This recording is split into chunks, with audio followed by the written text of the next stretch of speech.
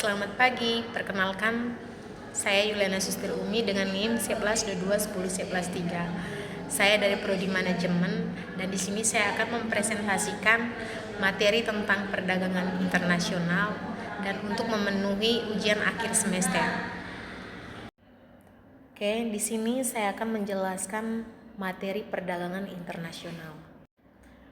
Apa sih yang dimaksud dengan perdagangan internasional? Jadi, perdagangan internasional adalah aktivitas jual beli barang dan jasa yang dilakukan antara negara. Nah, apa sih tujuannya? Tujuannya itu untuk memenuhi kebutuhan yang bisa dipenuhi secara lokal atau untuk memproduksi keuntungan dari keunggulan produk negara lain. Bisa juga diartikan bahwa perdagangan internasional adalah kegiatan jual beli barang dan jasa yang dilakukan oleh dua negara atau lebih.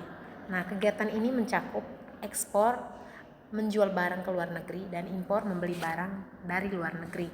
Nah, perdagangan ini terjadi karena tidak ada satupun negara yang bisa memenuhi semua kebutuhan masyarakat secara mandiri. Jadi, tujuan perdagangan internasional adalah untuk memenuhi kebutuhan yang bisa dipenuhi secara lokal atau untuk memperoleh keuntungan dari keunggulan produk negara lain. Dan juga ada manfaat perdagangan internasional. Yang pertama itu memperluas pasar, yang kedua pilihan produk lebih banyak, yang ketiga biaya produksi lebih efisien, dan yang keempat meningkatkan pertumbuhan ekonomi. Jadi, manfaat perdagangan internasional juga untuk memperoleh barang dan jasa yang tidak dapat diproduksi sendiri, dan juga meningkatkan devisa negara melalui ekspor, mendorong efisiensi dan inovasi industri dalam negeri, meningkatkan pertumbuhan ekonomi, dan memperluas pasar perdagangan. Oke, di sini juga ada teori perdagangan internasional.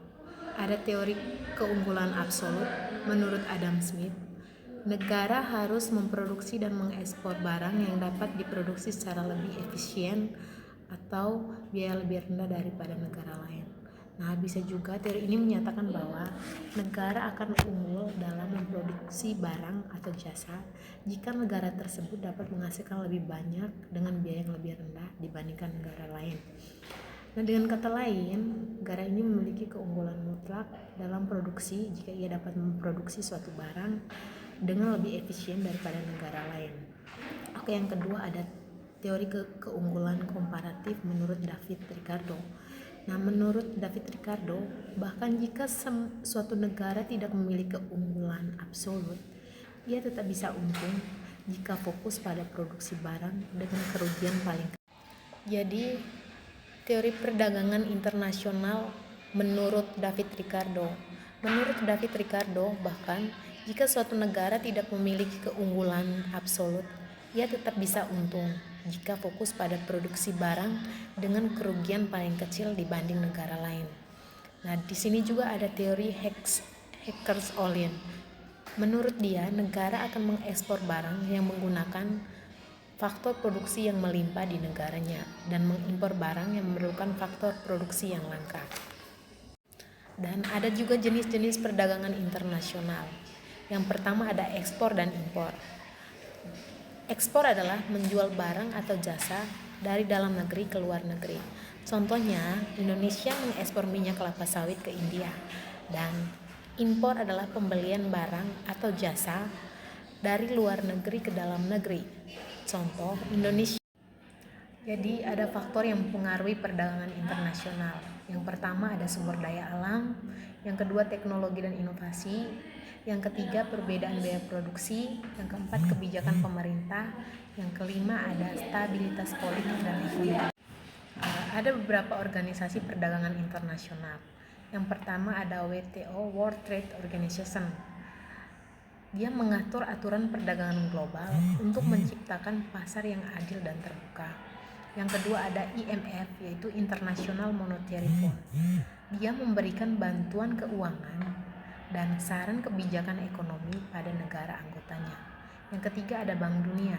Bank Dunia memberikan pinjaman untuk pembangunan ekonomi dan pengentasan kemiskinan.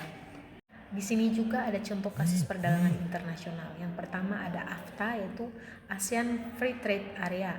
Dia memberikan perjanjian Oke, di sini juga ada contoh kasus perdagangan internasional.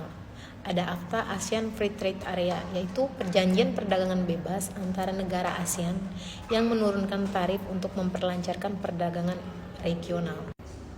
Ada beberapa hambatan perdagangan internasional. Yang pertama ada tarif, yaitu pajak yang dikenakan pada barang impor untuk melindungi produsen dalam negeri. Yang kedua ada kuota impor, yaitu batas jumlah barang tertentu yang boleh masuk ke suatu negara. Yang ketiga ada standar teknis dengan regulasi, yaitu adanya aturan kualitas, keamanan, dan sertifikasi yang harus dipenuhi barang impor. Yang keempat ada subsidi pemerintah, yaitu bantuan kepada produsen domestik agar produk mereka lebih kompetitif.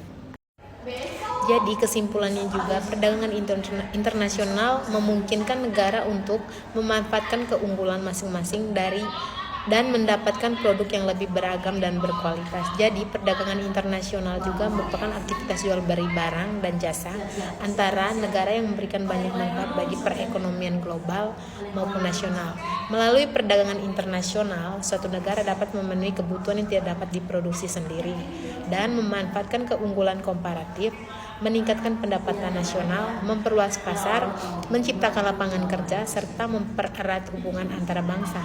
Namun demikian, perdagangan internasional juga membawa tantangan seperti ketergantungan pada negara lain, persaingan semakin ketat, serta risiko fluktuasi nilai tukar dan ketimbangan perdagangan. Oke, sekian presentasi teori perdagangan. Terima kasih.